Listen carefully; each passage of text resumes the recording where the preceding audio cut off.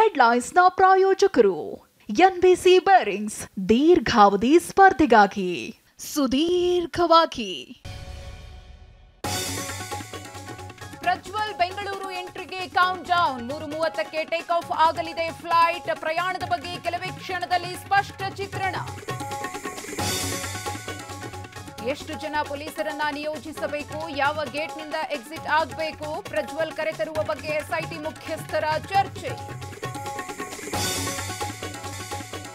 ದೆಹಲಿಯಿಂದ ಬೆಂಗಳೂರಿಗೆ ವಾಪಸ್ಸಾದ ಸಿಎಂ ಸಿದ್ದರಾಮಯ್ಯ ಭೇಟಿಗೆ ಬಂದ ಆಂಜನೇಯ ಬೆಂಬಲಿಗರು.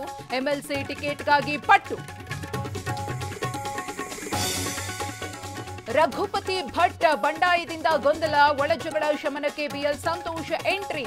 ಉಡುಪಿಯಲ್ಲಿ ಸಂಘಟನಾ ಸಮಾವೇಶ.